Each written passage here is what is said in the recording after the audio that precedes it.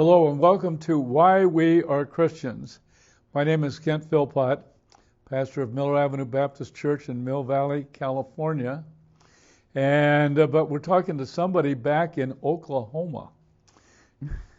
He he is a professor in Oklahoma. Welcome, Paul. Paul Sanchez, everybody. This is Paul Sanchez. And tell us where you're located again, Paul. I'm in Shawnee, Oklahoma, at Oklahoma Baptist University, right in the center of Oklahoma, near Oklahoma City. Okay. And in the last program, we talked about how you became a Christian when you were about 15, 16 years old, how you kind of navigated things worked out for you, so that you wanted to go into what we would say, just go into the ministry. Mm-hmm. Is that sort of what happened to you, Paul? That's what led me down most of my education.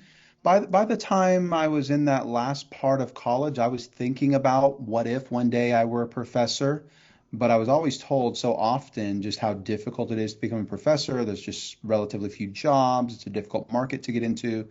But then throughout seminary was thinking kind of both. Wow, wouldn't that be great to be a professor? But I love the ministry, love pastoring, and began pastoring my first church when I was in seminary down in Acadia Parish, Louisiana. Would go out there on the weekends, and so was loving that and loved preaching and loved shepherding, loved spending time with people, loved kind of the whole of it. I loved ministry.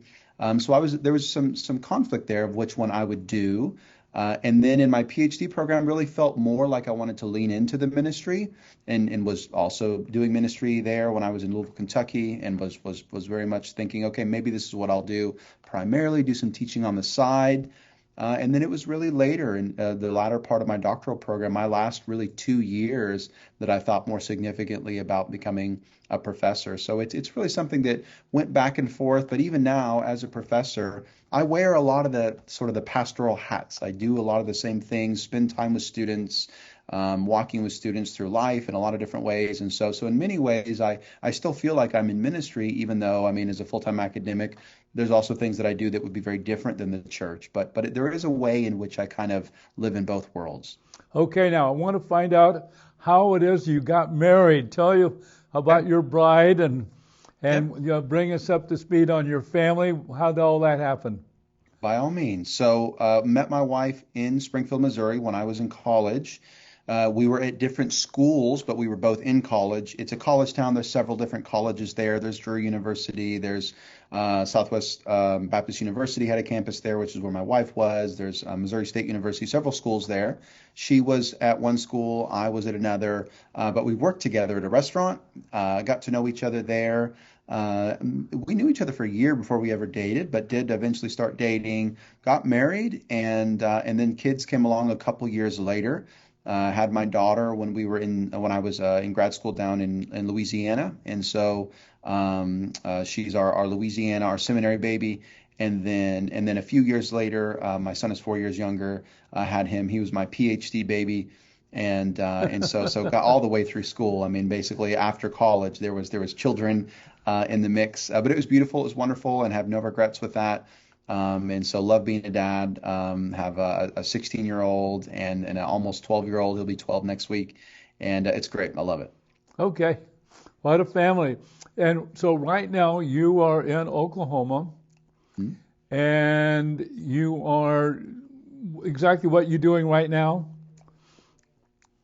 So I'm a professor. My title is assistant professor of religion and assistant director of the honors program. So I, on the honors side, work as an administrator in various different capacities with our honors students. So we're kind of advanced students, and really love doing that. A good bit of that is also spending time in the classroom. And then I teach courses in our religion department in our School of Theology and Ministry.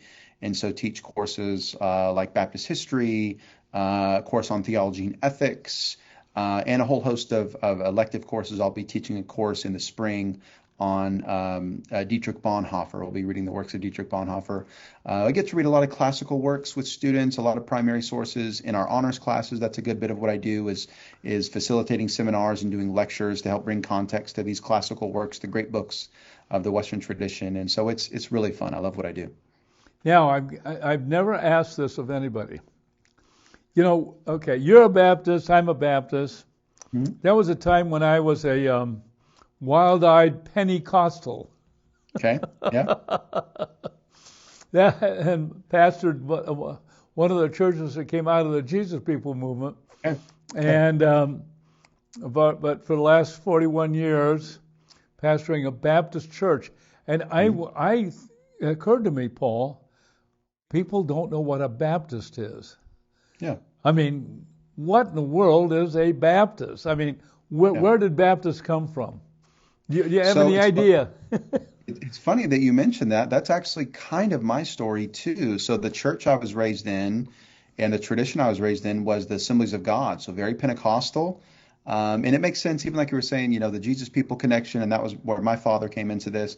And so that was my connection. I went to an Assemblies of God college, a Pentecostal college. But it was at the tail end of college that I came to Baptist convictions. Didn't know that that's what they were called, even to your point. I don't think I had ever met a Baptist until, at least that I'm aware of, until I was in my 20s, until I was in college. Baptists are not a significant presence, even among evangelicals in the Bay Area, and so that's part of it. In Oklahoma, everyone thinks they're a Baptist. It's being in the Bible Belt, being in cultural Christianity, Baptists are so widespread. But even here, not many people would know how to define what a Baptist is. I mean, as someone who teaches Baptist history and is very interested in this, and I have a book coming out on Baptist history here in May or June, sometime at late spring. So someone who thinks about this a lot, I'll try to keep it very, very short. But Baptists historically come out of really the latter part of the Protestant Reformation in the early 17th century. They're coming out of English separatism in England. They're dissenters from the Anglican Church, the Church of England. And they are in this free church tradition that is emerging, that is primarily distinguishing themselves by their view of baptism, as the name suggests. So they're going to believe in credo baptism or believer's baptism, that only people who are professed believers ought to be baptized and should be baptized, as opposed to those who are baptized as infants, those who are baptized into the church through their familial connection. And so that was one thing that Baptists had a disagreement about. But the other thing that's quite distinct from them, especially in the context in which they're emerging in 17th century England, is that they're going to argue for religious liberty. And so that religion and faith is not something that can be mandated. It's not something that can be upheld or enforced by the state. The best that the state can do is enforce some sort of outward compliance, but it can't really enforce matters of the heart. And so Baptists believe in religious liberty for everyone, not just people who agree with us. Often they would say that they believe in religious liberty for not only Christians, but for Jews, for Muslims, and they would often, for atheists, or they would often say, and for heretics. And so, but there was this sense of that everyone should be able to pursue their conscience, and the state should not intervene, and so on. So those two things, there's some others, but those are two things that really made Baptists distinct in the 17th century. And eventually their views will become adopted and embraced by some other groups. But really it's Baptists early on that are making these arguments. Yeah, when I think of Baptists, I go back and I think probably the very early Christians in the first couple of centuries prior to the 4th century, and you could probably classify them as Baptists. Baptists don't think that they're the only ones by any means. Jesus has said, go make disciples of all nations, baptizing them in the name of the Father and Son and Holy Spirit. Yeah. So it's very simple. A Baptist is somebody who, believes in Jesus, and now I'm going to be baptized because that's what Jesus said to do. And, this doesn't save me and it doesn't wash my sin away. It's just what Jesus said to do. And that got submerged, and 1,000 years later, boom, came back. But they were Baptists all the way through history. I think that's important. The early Baptists definitely, as you said very well, they saw themselves as connected to the ancient church. They saw themselves. It's not that they were all historians of ancient Christianity, but they had some awareness, not only in the New Testament, but certainly their basis is the New Testament. But they also would have looked and saw the way that they would have connections to ancient Christianity. And it's not that they were dispensing with all that had come before. Far from it. There's ways in which they are shaped by Protestant Christianity, which is shaped by medieval Christianity and ancient Christianity as well. And so, yeah, they were not trying to create some new sect. Rather, they were trying to live out a faith that they saw in the New Testament, and a faith that had significant implications for their time, but one that was ancient. Even if they acknowledged that they understood that it seems that the practice of baptism had been lost for some time, they didn't seem to know. We as historians know much better today. They didn't seem to always know when believers' baptism had sort of faded out of church history. But they had some understanding that it must have, because nobody around them was doing it save the Anabaptists. And so the Anabaptists were practicing this, but even still, they saw a distance between what their convictions were versus the Anabaptists, and so they definitely wanted to be part of the universal church, even as they held some distinctive beliefs. Right. Yeah, Baptists don't believe they're the only ones.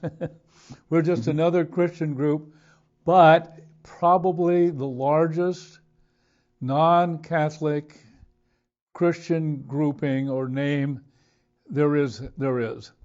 In the United States, yeah, that's right. In the United States. And absolutely Baptists all over the world, Yep. every That place. is very true. Yeah, You every can go place. to Europe and to Africa, to Asia. I mean, yeah, there are Baptists. There's a lot of Baptists in Latin America. That there really is a sense in which, yeah, Right. you can find them anywhere. And right now in our history, we're facing a downward turn in biblical Christianity. That just like preceded the first awakening in America prior to the American Revolution, like what preceded the late 1700s, 1798, all of the Christianity dived. We're doing it again, and maybe we'll see another big awakening, Paul. We could. As you look at our world today, as you think through, let's say, the politics, how do you feel America is right now, just America, in how our sense of things? And I'm not asking who you voted for. I don't care. I know in our church, nobody knows how we vote. Mhm. Yeah, it's a great question. I think that there are things that give me hope and optimism, and then there are things that give me great concern. There are things that I'm very much curious about how they're going to work out over the next 2, 5, 10 years, versus some things that there's some shifts. There's clearly some shifts going on. It's an interesting thing, going back to the point you were making earlier about, kind of the relative interest of Christianity and so on and so forth. Statistics seem to bear out, and it could be that you're aware of some things that have come up very, very hot off the press that I haven't seen. But the best that sort of the research that I've seen and the numbers that I've seen, that if you look at Protestant Christianity as a whole, it of course has been in decline in the United States for some time. But evangelical Christianity, which is a part of Protestant Christianity, has been more so stagnant. So not growing, not losing, but it's kind of just been stagnant. If you look at population growth, that puts us in a bad place, where the population over the last 30, 40, 50 years has grown significantly. So in that sense, you feel a little bit concerning. But there's a sense in which evangelical Christianity has been relatively stable. Mainline Christianity has fallen really precipitously. I just saw a piece this morning about the Episcopal Church. Things are so bad there that they are no longer reporting numbers, that numbers are looking so bad. But it's true, and the United Methodists have had struggles which are well known, and Presbyterian Church USA, and so on. So in those numbers, things are very alarming. But as I look at it as a whole, I see a lot of energy in young people. That gives me hope. Okay. As a professor, I get to see that. I work at a Christian university, but I still get a sense of our students are not only from a Christian background. Many of our students are not Christians or are only very nominally Christian. So I think I still get a piece of this, and I kind of have my hand on the pulse of a broader perspective at other universities, talking to people that work or are educated at other schools. And so I feel some sense that I think that there's energy there. Some studies are showing, not only in the United States, but actually even in the UK, that church attendance is up among young people. I find that very interesting. I don't immediately jump up and down in excitement when I see that, because I think there could be some other things going on there. One of those things could be that with this great growth of kind of more strongly nationalistic fervor and energy, that part of the thought is, for me to be a good Englishman, for me to be a good American, is that I go to church, so on and so forth, either Roman Catholic or Protestant, actually, which is interesting. Numbers are kind of up in both places, potentially among young people.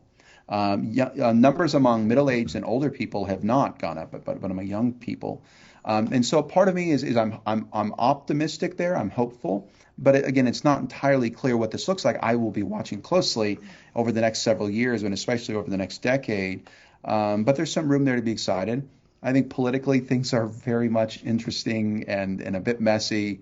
And so I have some real concerns there. Primarily, if I could just say it this way, just how polarized things are, incredibly polarized. And so living in such a polarizing moment, that gives me concern. And it's just very uncomfortable, honestly, and messy, and I think can distract us from more important matters. But at the end of the day, I think it's a big mix, optimism and some concerns. Yeah, there's from what I gather in reading various areas, there's awakenings and revivals going on in various parts of the world. Mm-hmm. There's always has been. We just in America we're seeing something very different, mm-hmm. and I can understand it. In our Marin County, there's where we live in Mill Valley, where our church is. There's way more Buddhists, mm-hmm. way more people into shamanism, than there are Christians. Right. In our area here, Christians are becoming a minority. And we see this, we experience it. I've been here since 1965, and so I've witnessed this. But that opens the door, in my opinion, to a great outpouring, a great awakening. I think that can easily transpire. So how do you see your future, Paul? How you're looking at things for yourself? So, I mean, my great hope is that I can have some small impact on students' lives, and that gives me hope that they can then go into their spheres of influences, workplaces, churches, and so on, and have some longer lasting influences there. I'm still involved in ministry in some ways, and do somewhat regular preaching and things like that. So I hope that there's something to that. But honestly, my greatest energy is put into these students' lives that I have for 3 to 4 years. And so that gives me some hope as I look ahead to the future and being able to do this. But the higher ed space is a bit precarious too. So, in terms of the long-term future, it's not exactly clear what that will look like. But I want to be here and want to be, kind of continuing to do what I'm doing, as long as God allows. And so that's something that excites me.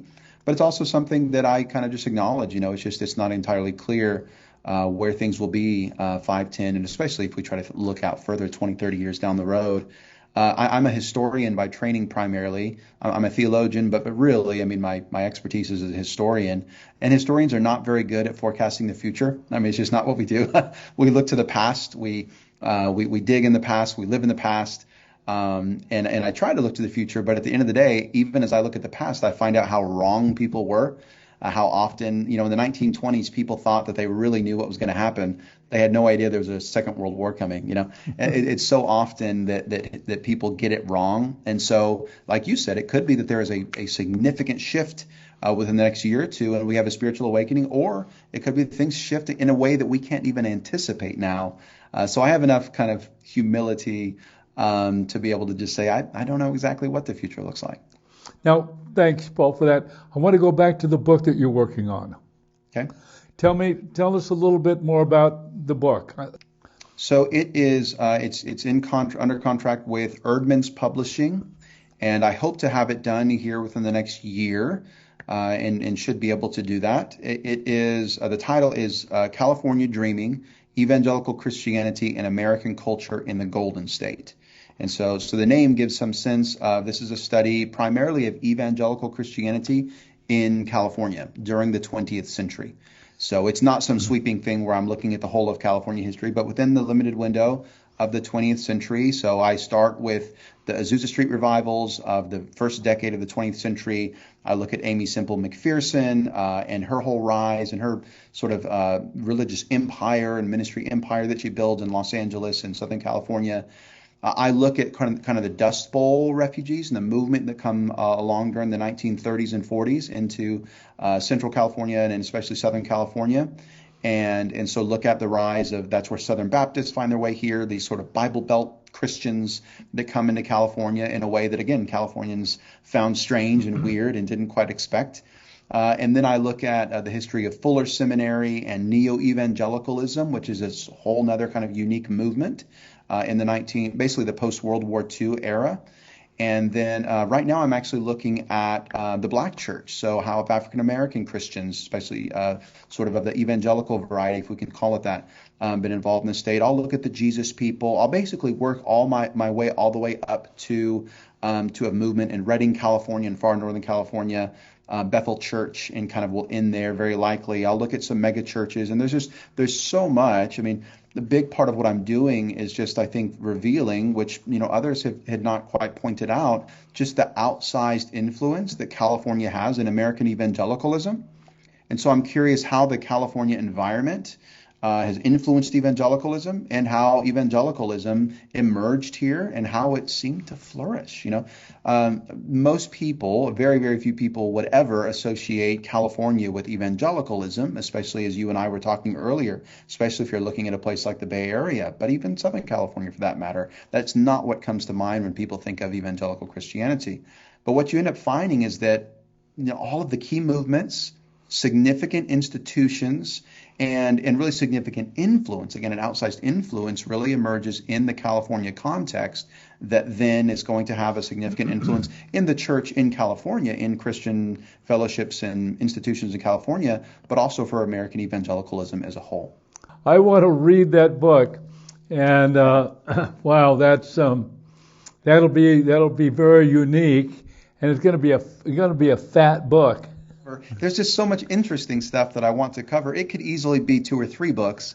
I'm keeping it down to 1 book. Yeah. It could be. Who's going to be your publisher? William B. Erdman's. So Erdman's Press, based in Grand Rapids, Michigan. Oh yeah. Okay. I know Erdman's. Okay. Very good. Wow. I want to turn our attention to some of your favorite passages. Yeah, take the Old Testament. I like to call it the Hebrew Bible. I do love the Old Testament, or the Hebrew Bible, as you say, which is a wonderful way to say it. I think my favorite book is probably the Psalms, actually. Sure. Oh, which me is too. Interesting because as a historian, you would think I would go to the history books, the historical books. But I love the book of Psalms. Psalm chapter 1 is one of my favorites. Psalm 55. I find myself, poring over the Psalms devotionally on a regular basis, and they've ministered to me at some really significant moments in my life when I've had some trials and so on. I do love the book of Genesis as well, just the significant episodes, whether that's Joseph, whether that's the flood. I mean, there's just some really significant things that I find just incredibly fascinating in the book of Genesis. But at the end of the day, I mean, I like it all, and I get to teach. I get to teach undergrads how to read the Bible and how the Bible connects and so on. So I do. I absolutely love the Old Testament. Yeah, when it comes to the book of Genesis, I've had 3 or 4 different views of Genesis, and I at this point I don't pick one. I don't preach one. Fair enough. There's several ways of looking at the first 11 chapters of Genesis. Yeah.